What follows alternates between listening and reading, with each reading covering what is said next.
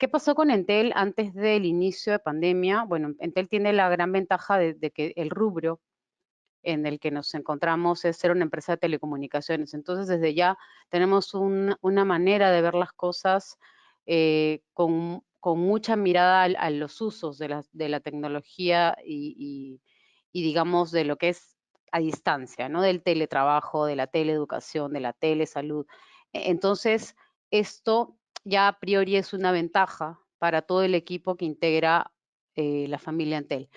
¿Qué pasaba mientras empezaba todo el proceso de pandemia? No teníamos a personal ni en teletrabajo ni en trabajo remoto, pero sí nos encontrábamos ya dentro, ya nos encontrábamos inmersos dentro de todo el proceso de transformación digital en Entel, que suponía principalmente, más allá de toda la parte tecnológica que ya muchos deben conocer, hay una situación cultural que cambia también, ¿no? Cuando uno emprende todo un proceso de transformación digital, tiene que haber también este cambio de chip, de no voy a tener siempre el mismo sitio, me voy a poder sentar donde haga falta que me mueva, o no siempre voy a ser el líder de mi equipo, a veces voy a pasar a ser parte de una estructura y un trabajo muchísimo más lineal. Entonces, esta manera más ágil de mirar el proceso de hacer negocios y en este caso hacer negocios desde el sector de telecomunicaciones, ya nos daba cierta ventaja para poder adaptarnos a este cambio que nadie esperaba, claramente.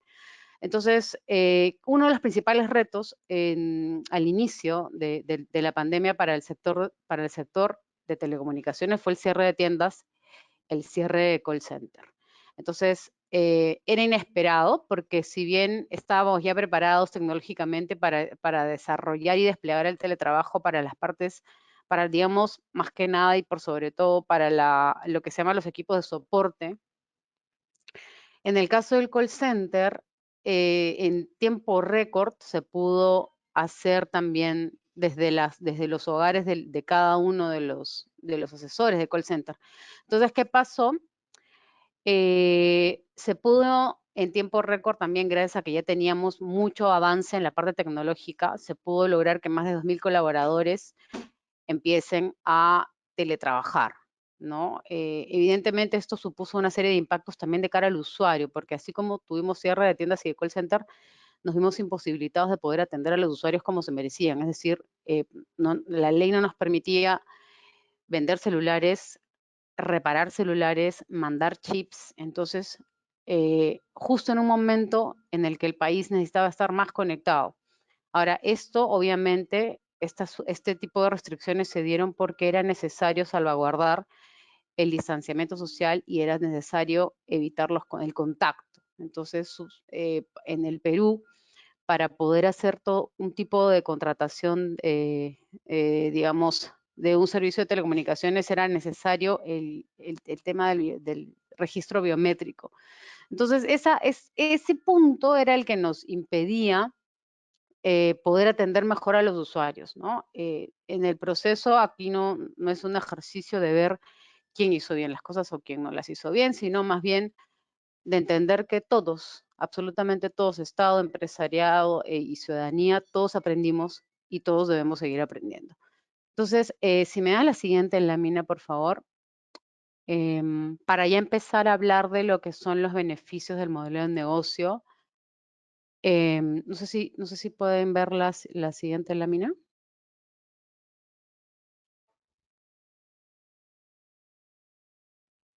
Se los voy contando, se los voy adelantando. Más allá de solamente ver, todavía no No se pasa, ve. ¿no? Pero se los voy contando. Más allá de lo que supone meramente el tema de generación de ingresos, para nosotros un beneficio dentro del modelo de negocios es para lo que estamos, conectar mejor a las personas.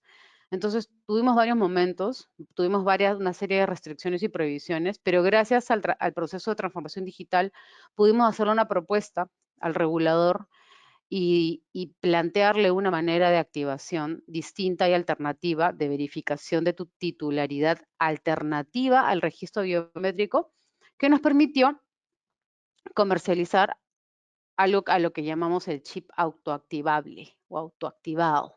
Entonces los usuarios empezaban a poder hacer este registro desde sus mismos, la misma aplicación de Entel, desde sus hogares, y se pudo escalar, no solo a Entel, sino se pudo escalar a muchos otros operadores. Entonces, este es un ejemplo de cómo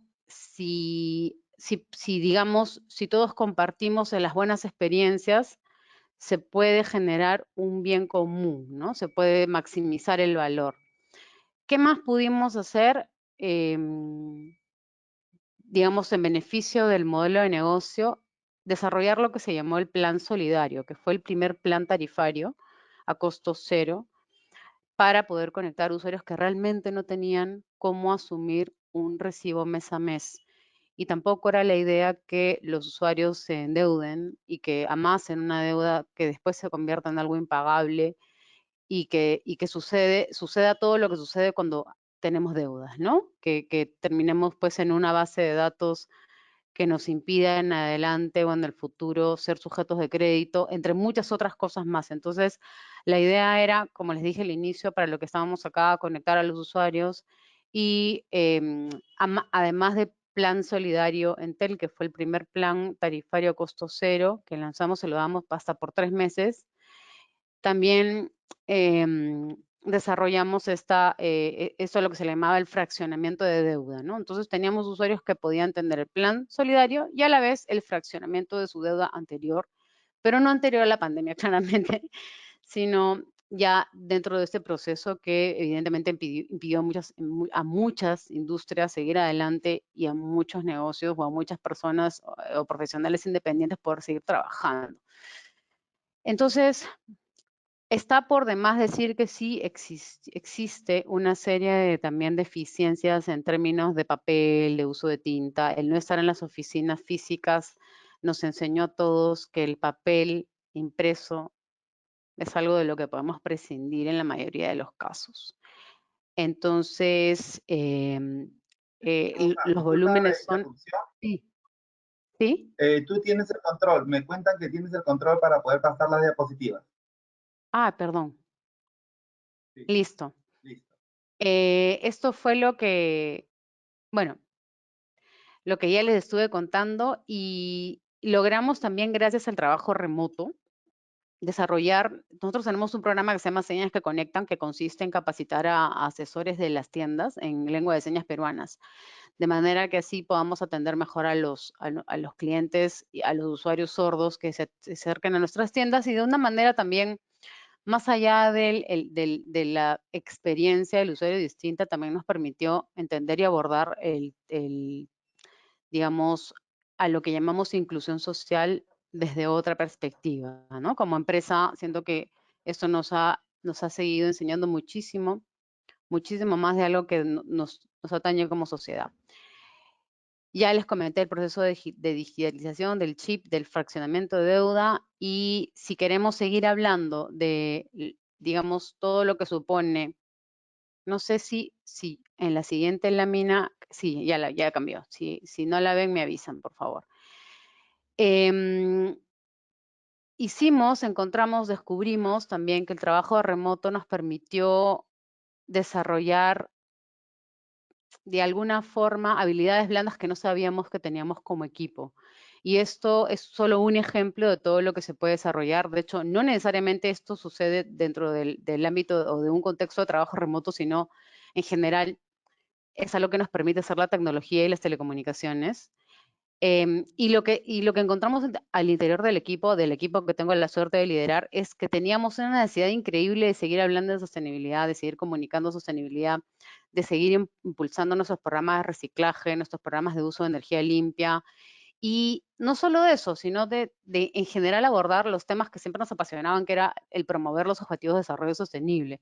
Entonces dijimos, ya, ¿y cómo lo hacemos para que no suene muy académico, para que no suene de alguna forma, para que la gente lo quiera escuchar, lo quiera entender y quiera ser parte de? Entonces dijimos, hay que hacerlo de manera súper cercano, ¿no? Tratemos de ser parte también nosotros, hacemos nuestros mea culpas de todo lo que, digamos, quizá no hemos hecho de la manera óptima, porque nadie lo va a hacer de la manera óptima, pero entendiendo que podemos empezar el proceso de ser más conscientes de. Entonces empezamos a hacerlo y descubrimos muchas cosas que pudimos compartir en el podcast. Por ejemplo, tenemos un episodio que se trata que habla de la huella de carbono de los alimentos, ¿no? Entonces lo que buscamos cosas muy cotidianas como el pollo a la brasa, ¿no? Que nos gusta a todos, es tan rico, pero que obviamente hay una situación que tenemos ahí con la tala del algarrobo, que es el que se utiliza para cocinar el pollo a la brasa. Entonces, claro, en ese momento, en el podcast no levantamos la piedra y decimos, no vayas a comer nunca más pollo a la brasa, ¿no? Sino todo lo opuesto, ¿no? Si decimos, pucha, ¿y ahora qué? Entonces, ¿qué? ¿Nunca más comer pollo? No, pero si lo comías 3 veces al mes, quizá 2, ¿no? La idea era tratar de simplemente concientizar y hacernos y sentirnos también parte de, ¿no? Soy parte del problema y por eso quiero ser parte de la solución. Entonces, ese es solo un ejemplo de todos los temas que hemos venido abordando en este podcast que se llama A Propósito, que reza que busquemos tener una vida con propósito. Y lo que nos empezamos a dar cuenta en el camino y en el proceso es que como ya dejamos de ser jefes subalternos, quién ve qué cosas, sino nos convertimos en 4 personas que simplemente están descubriendo, aprendiendo de sí mismos, de los demás, y esto genera una serie de habilidades blandas como la autoconciencia, la autoconfianza y por ende y consecuentemente autoliderazgo, ¿no? Además de la motivación.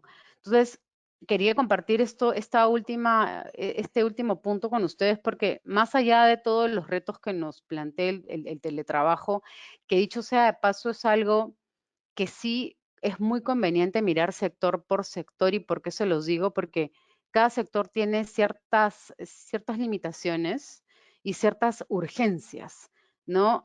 Por ejemplo, y sin ánimo, como les dije, de señalar que quién hizo bien o mal las cosas, todos aprendemos y seguimos aprendiendo de esto. Algo que pasó con el sector de telecomunicaciones fue que se nos prohibió el delivery si este delivery no lo hacíamos nosotros directamente. Entonces, ningún operador contaba con delivery directo, sino más bien trabajaba con grandes empresas de delivery y no teníamos cómo adquirir vehículos porque estaba cerrada esa industria, ni motorizados, ni cómo capacitarlos en ese momento. Entonces el delivery simplemente no lo podíamos implementar porque se nos dio tratamiento como de restaurante.